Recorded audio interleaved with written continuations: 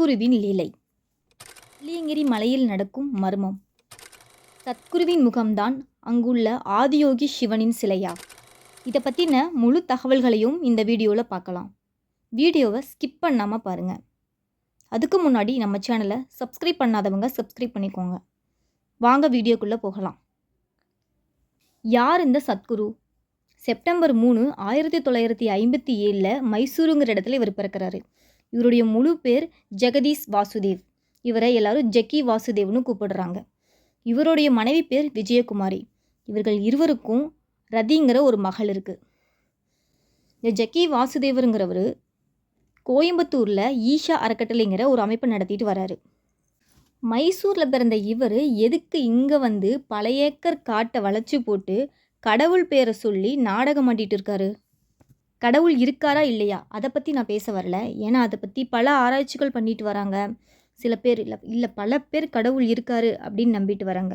நம்ம அதில் தலையிட வேணாம். கமல் மாதிரி கடவுள் இல்லைன்னு சொல்ல வரல, இருந்தால் நல்லாயிருக்கும்னு தான் நான் சொன்னேன். அந்த மாதிரி போயிடலாம். ஆனால் இந்த ஜக்கி வாசுதேவருங்கிறவர் நான் தான் கடவுள், என்ன கும்பிடுங்க, நான் தான் அந்த சிவன்னு சொல்லி மக்களை ரொம்ப நாளாக நம்ப வச்சுக்கிட்டு வசியம் பண்ணிட்டு வராரு. கொஞ்ச நாளைக்கு முன்னாடி கூட ஒரு அம்மா வந்துச்சு, நான் தான் கடவுள் அப்படின்ட்டு. அந்த அம்மா பேர் கூட அன்னபூரணி. ரொம்ப வைரலாகவே அந்த அம்மா பேர், அந்த அம்மா முகம், அந்த அம்மா அந்த நடந்துக்கிற பாவனை, குதிரை மேலே உட்காந்து போகிறது. ஆனால் அதையுமே நம்பி மக்கள் போய் காலில் விழுகிறதும் காலை தொட்டு கும்பிட்றது இந்த மாதிரி வேலைகள்லாம் பண்ணிகிட்டு இருந்தாங்க. அந்த அம்மாவும் அப்படி தான் சொல்லிட்டு இருந்துச்சு, நான் தான் கடவுள், நான் தான் அம்மன், என்னை கும்பிடுங்க அப்படின்னு சொல்லிட்டு இருந்துச்சு. அந்த அம்மா மக்கள் மத்தியில் பிரபலமாக பேசப்பட்டுச்சு. இணையத்தில் நம்ம வைரல் ஆகிட்டா நம்மளை கடவுளாகவே மக்கள் நம்பிடுவாங்கன்னு அந்த அம்மா நினச்சிருச்சு போல். ஜக்கி வாசுதேவருங்கிறது ஒரு சாதாரண யோகா மாஸ்டர் தான். ஃபஸ்ட்டு அவர் திருப்பூருக்கு தான் வராரு. திருப்பூருங்கிறது ஒரு டாலர் சிட்டி, வணிகம் நல்லா நடக்கிற இடம், பணம் அதிகமாக புழங்குற இடம். அங்கே வந்து ஒரு சின்ன யோகா மையத்தை ஸ்டார்ட் பண்ணுறாரு. எங்கே? மைசூர்லேருந்து வந்து இங்கே யோகா மையத்தை ஆரம்பிக்கிறாரு. பின்ன நாளில் வந்து கோவைக்கு வருகை தராரு. என்னால் மன அமைதி கொடுக்க முடியும், எல்லாத்துக்கும் மன நிம்மதியை கொடுக்க முடியும்னு நம்ப வைக்கிறாரு. அதை நம்பியும் சில பேர் போகிறாங்க.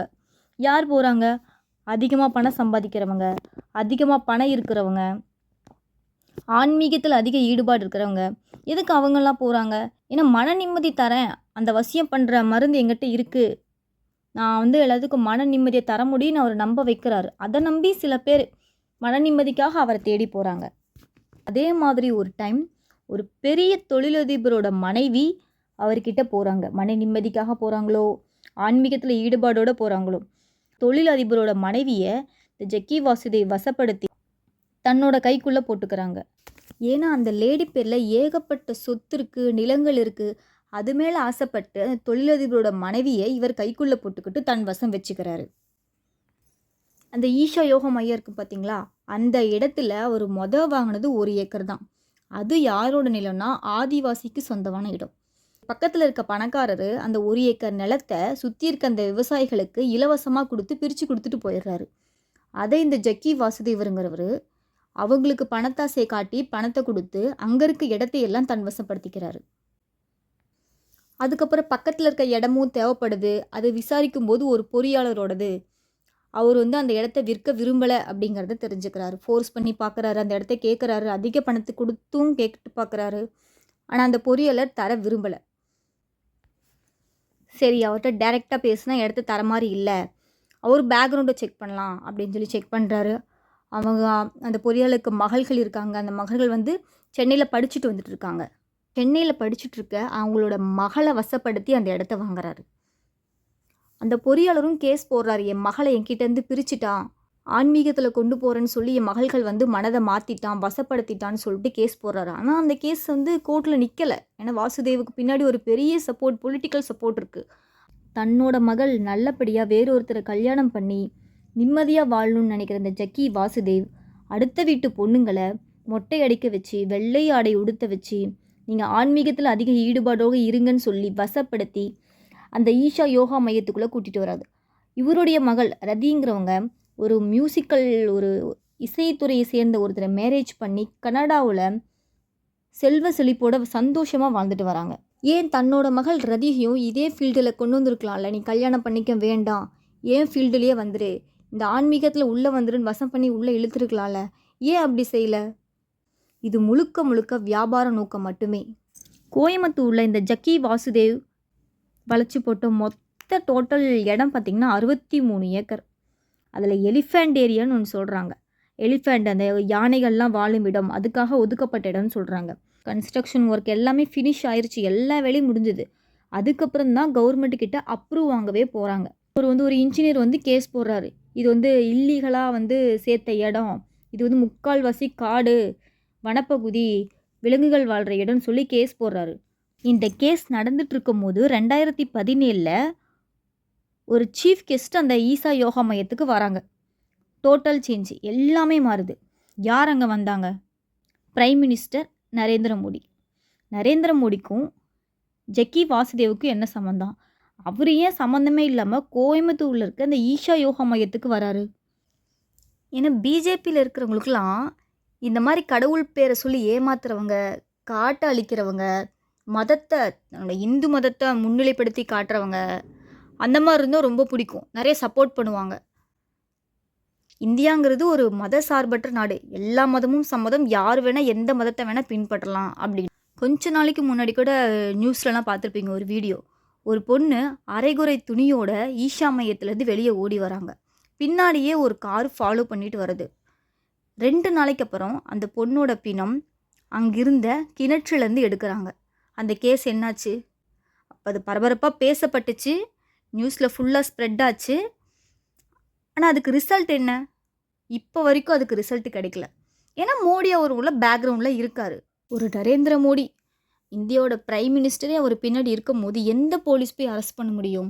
எஸ்பி, டிஎஸ்பி, சிபிஐயில் எந்த இடத்துலையுமே பர்மிஷன் வாங்காமல் உள்ளே போய் ரைடு பண்ண பர்மிஷன் இருக்குது, உரிமை இருக்குது, பண்ணலாம். ஆனால் யார் பண்ண முடியாதுன்னா ஜக்கி வாசுதேவருடைய மனைவி விஜயகுமாரி. ஈஷா மையத்தில் ஜக்கி வாசுதேவ் பல பெண்களோட இல்லீகல் ரிலேஷன்ஷிப்பில் இருக்கிறாங்கன்னு தெரிய வருது. விஜயகுமாரி திடீர் ஒரு நாள் மரணம் அடைஞ்சிட்றாங்க. ஆனால் ஜக்கி வாசுதேவும் அங்கே வெளியே வந்த நியூஸ் என்னென்னா அவங்க ஜீவ சமாதி அடைஞ்சிட்டாங்க, கடவுள்கிட்ட அடைஞ்சிட்டாங்க. அந்த நடந்த கொலையை புனிதமாக்கிட்டாங்க. கொலை இவங்க பண்ணாங்களோ இல்லை என்ன நடந்தது முழு தகவலாக அந்த ஈஷா மையத்தை விட்டு வெளியே வரல. வெளியே வந்த நியூஸ் அவங்களோட மனைவி ஜீவ சமாதி அடைஞ்சிட்டாங்க. இப்போ போய் ஜக்கி வாசுதேவ் அவங்க காலில் போய் விழுகிறதும், அந்த சமாதியை சுற்றி வரதும், கையெழுத்து கும்பிடுறதும் பண்ணிகிட்ருக்காரு. இந்த பணத்தையில் எரிப்பாங்க பார்த்தீங்களா, கரண்ட்டு மூலிமா பணத்தை வச்சு எரிக்கிறது, அது இப்போ வரைக்குமே கவர்மெண்ட் கிட்ட தான் இருக்குது. கவர்மெண்ட் அப்ரூவல் மட்டும்தான் அது எரிக்க முடியும். ஆனால் இந்த ஜக்கி வாசுதேவங்கிறவர் தனக்கு ஒரு சொந்தமாகவே பணத்தை எரிக்கிற மிஷின், அதுக்கான பர்மிஷன் எல்லாத்தையும் வச்சுருக்காரு. யார் இதுக்கெல்லாம் பர்மிஷன் கொடுத்தது? இப்படி பர்மிஷன் கொடுத்தா உள்ளே யாரை வேணால் கொலை பண்ணி உள்ளே வச்சு எரிச்சிட முடியும் இல்லையா? அதுக்கான பர்மிஷன் எதுக்கு கவர்மெண்ட் கொடுக்குது? ஃபஸ்ட்டு அந்த மிஷினை உபயோகப்படுத்துறதுக்கு எவ்வளோ ஓட்ஸ் கரண்ட் தேவைப்படும்? ஒரு தனி டிரான்ஸ்ஃபார்மரையே அமைக்கணும், அந்த அளவுக்கு கரண்ட் தேவைப்படும். அவ்வளோ புகை வெளியேறும். ஒரு பாடியை உள்ளே தள்ளி ஒரு சுவிட்ச் அமுத்துனா போதும், அது ஃபுல்லாக கருகி சாம்பலாக தான் வெளியே வருது. எவ்வளோ கரண்ட்டு தேவைப்படும், எவ்வளோ புகை வெளியேறும். யாரை வேணால் உள்ளே கொண்டு போய் எரித்து சாம்பலாக்கிடலாம். நம்ம ஊரில் இந்த மிடில் கிளாஸ் இருக்கிறவங்கெல்லாம் காசிக்கு போய் அந்த அஸ்தியை கரைக்க முடியாது, ராமேஸ்வரத்துக்கு போய் கரைக்க முடியாது அப்படின்னு யோசிப்பாங்க. அந்த அஸ்தியை கொண்டு போய், அதாவது நம்ம நார்மலாக இறந்தவங்களோட அஸ்தியெல்லாம் கொண்டு போய் ஜக்கி வாசுதேவரிடம் ஒப்படைப்பாங்க. அவங்க சொல்லுவாங்க, நாங்கள் போய் இதை இமயமலையில் தூவோம், காசியில் கரைப்போம், ராமேஸ்வரத்தில் கரைப்போம்னு சொல்லி பணம் வாங்குவாங்க. மிடில் கிளாஸில் என்ன பண்ணுவாங்க, நம்ம அவ்வளோ தூரம் போய் கரைக்க முடியாது, நம்ம எப்படியாவது பணத்தை ரெடி பண்ணி கொடுத்துடலாம், அவங்க அங்கே போய் கரைச்சிருவாங்க அப்படின்னு நம்பிக்கையோடு தராங்க. அங்கேருந்து பார்க்குறவங்களுக்கு தானே தெரியும் இதை காசியில் கரைக்கிறாங்களா இல்லை ராமேஸ்வரத்தில் கரைக்கலாங்களா இல்லை அங்கே இருக்க நொய்யல் ஆற்றில் கலக்கிறாங்களா அப்படின்ட்டு. இன்னொன்று பார்த்திங்கன்னா, இந்த ஈஷா அறக்கட்டளைக்கு வரிங்கிறதே கிடையாது. இப்போ நார்மலாக ஒரு பொருள் நம்ம சேல்ஸ் பண்ணுறோன்னா நமக்கு டேக்ஸ் போடுவாங்க, வரி போடுவாங்க, குறிப்பிட்ட பணத்தை நம்மக்கிட்ட இருந்து வாங்குவாங்க. ஆனால் இந்த ஜக்கி வாசுதேவ் நடத்துகிற ஈஷா அறக்கட்டளைக்கு வரிங்கிறதே கிடையாது. ஏன்னா அது மக்கள் புழங்குற இடம், அதிகப்படியான பொதுமக்கள் வந்து போகிற இடம். இந்த மாதிரி அதிகப்படியான பொதுமக்கள் வந்து போகிற இடத்துக்கு வரி விதிக்கக்கூடாதுன்னு ரூல்ஸ் இருக்குது. சிவராத்திரி வந்துட்டால் அந்த ஜக்கி வாசுதேவை கையில் பிடிக்க முடியாது. அந்த 3 நாள் அந்த 4 நாள் போக்கில் நடக்கிறது என்ன, பெரிய பெரிய நடிகைகளை கூட்டிகிட்டு வந்து உட்கார வச்சு டான்ஸ் ஆட வைக்கிறது என்ன, எதுக்கு பெரிய பெரிய நடிகைங்கள்லாம் இங்கே வந்து நைட்டு ஃபுல்லாக உட்காடுறாங்க? தமன்னா வராங்க, இப்போ ரீசெண்டாக வந்த ஜாரா வராங்க, நிறைய ஆக்டர்ஸ் வராங்க. ஏன்னா இது ஒரு வியாபாரம், அவங்கள பணம் கொடுத்து கூட்டிகிட்டு வராங்க. ரீசெண்டாக இப்போ வந்த வீடியோவில் கூட ஜாரா வந்திருந்தாங்க. இத்தனை வருஷமாக அந்த தெய்வ திருமகள் மூவிலேருந்து ஜாராவை நமக்கு தெரியும். அப்போல்லாம் வராது இவங்க. இப்போ ரீசெண்டாக ஒரு படம் வந்துச்சு. அந்த படத்தில் ஃபேமஸ் ஆனாங்க, ஹீரோயினாக பண்ணியிருந்தாங்க. அந்த ஃபேமஸ் ஆன படத்துக்கு அப்புறம் வர சிவராத்திரியில் ஏன் அவங்க வராங்க? இத்தனை நாள் அவங்க ஏன் வரல? ஏன்னா இப்போ அவங்க ட்ரெண்டில் இருக்காங்க. அவங்க படம் மூவி ரிலீஸ் ஆகிருக்கு, அவங்க ஃபேமஸ் ஆகிட்டு இருக்காங்க. அதனால் அவங்களுக்கு பணம் கொடுத்து கூட்டிகிட்டு வந்தால் நம்மளோட இந்த அறக்கட்டளை, ஈஷா அறக்கட்டளை நிறைய பணம் சம்பாதிக்கலாம். உண்மையிலேயே சிவன் பக்தர்கள் எப்படி இருப்பாங்கன்னா, எல்லாத்தையுமே துறந்து எனக்கு எதுவுமே வேண்டாம் அப்படிங்கிற மாதிரி தான் இருப்பாங்க. ஆனால் இந்த ஜக்கி வாசுதேவருங்கிறவர் புல்லட்டில் தான் போவார், புல்லட்டில் தான் வந்து இறங்குவார், ஃப்ளைட்டில் தான் அந்த இடத்துக்கு வருவார், ஃப்ளைட்டில் தான் போவார். இதுதான் எளிமையா? சிவன் பக்தருங்கிறவங்களும் உண்மை எளிமையாக இருப்பாங்க, எதுவுமே வேண்டாம் அப்படின்ட்டு இருப்பாங்க. இதெல்லாம் நம்பியும் பல பேர் இவரை வந்துட்டு ஆதரிச்சிட்டு வராங்க. ஒரு நாள் இதெல்லாமே வெளியில் வரும், ஆசிரமத்தையும் இழுத்து மூடுவாங்க. இப்போ சொன்ன விஷயம் மட்டும் இல்லாமல் பல விஷயம் இதில் நடந்திருக்கு, பல மரணம் நடந்திருக்கு, நிறைய கேஸ் இந்த ஈஷா யோகா மையத்து மேலே இருக்குது. ஆனால் எதுவும் பண்ண முடியாது, பேக்ரவுண்ட் அவ்வளோ ஸ்ட்ராங்காக இருக்குது. அடுத்த வீடியோவில் யூஸ்ஃபுல்லான கண்டென்ட்டோட உங்களை சந்திக்கிறேன். நன்றி.